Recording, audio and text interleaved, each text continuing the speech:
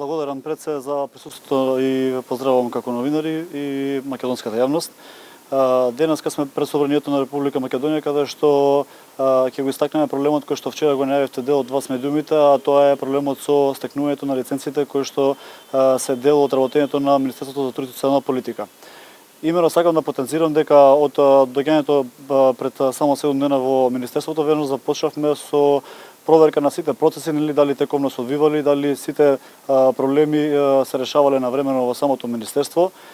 И веднаш детектиравме дека имаме еден проблем кој што се појави во делот на лиценцирањето, имено Министерството како надлежно за издавање на лиценци за воспитувачи, негователи, стручен кадар и директори на јавните детски градинки низ Македонија има еден застој на барања во самото Министерство, која што бројка представува над 900 такви. Меѓутоа проблемот не е само што се 900 барања кои што следеле во фиоките на Министерството за труд и социјална политика. Поголем проблем е тоа што траело со години, значи од 21, 22 и 23 на овие барања не било одговорено, односно истите не биле процесирани да полагаат. Тој процес се одвивал на тој начин што луѓето кои што поднесувале, односно граѓаните кои што поднесувале лиценци за како барање на лиценци да се стекнат со лиценца за полагање за една од овие категории, биле ставани во фиоки и не било дозволено, зборам, не биле ставани на списокот, иако редовно по некоја редовна постапка истите биле пријавени. Меѓутоа затоа други луѓе кои што се превувале, односно граѓани се превувале после нив, им било дозволено и се стекнале со лиценци по однос на истото. Во месец ноември завршил договорот со економскиот оператор кој што го спроведувал ова лиценцирање и од тој месец до денеска, веќе февруари во 24 година, се уште се нема распишано таква постапка за да може да се откочи овој процес и овие над 900 граѓани кои што поднале барање да бидат ставени во системот за полагање за лиценци.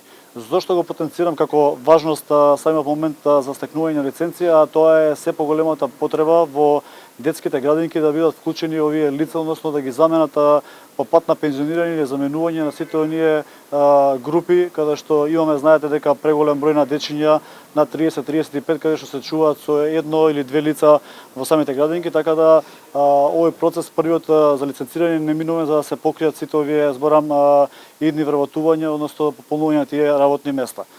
Со оглед дека временскиот период е многу краток и не може се уште да чекаме, зборам, на процесот да се спроведе на постапка за јавна набавка каде што ќе трае, зборам, со месеци и да овие лица бидат се уште на листата на чекање.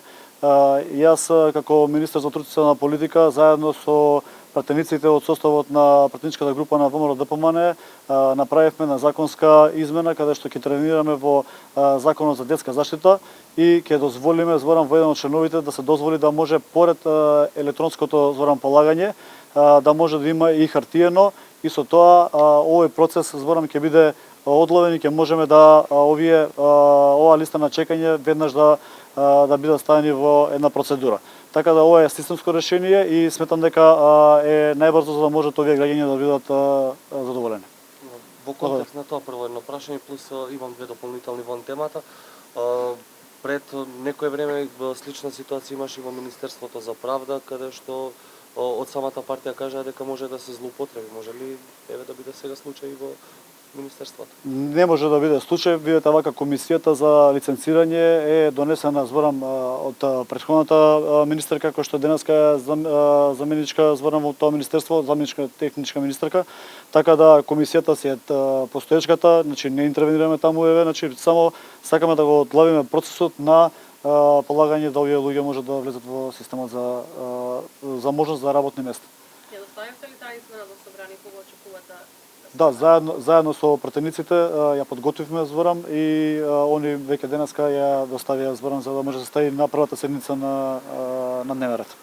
Две прашања имам уште вон тема, дали има нешто ново околу 4-годишното детенце кое што беше примено со тешки повреди на клиника, обвинителството најави дека ќе се поднесува и кривична постапка, дали знаете како министерство нешто ново околу тоа, што е со останатите деца од семејството? Така, веќе се информиравме, зборам, подоцна тоа прашање, бидејќи службите на центрите за социјална работа ги го третираат самото семејство или по како што е по закон, така да сите зборам сознание што ги имале и што меѓувреме се добиени, се доставени зборам се во комуникација со јавното обвинителство.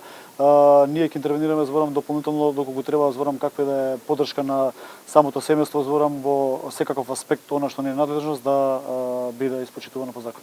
Второто прашање се најави можно носење на епидемиолошка ситуација. Како ќе се уредува со градинките во целиот процес, затоа што има најава дека оние кои што не се целосно вакцинирани дека нема може да го гради. Да, го чекаме. Вчера и искомуницирав на самата седница во влада во вторникот со министерот Меджити. Разговаравме конкретно на ова зборам нова прашање.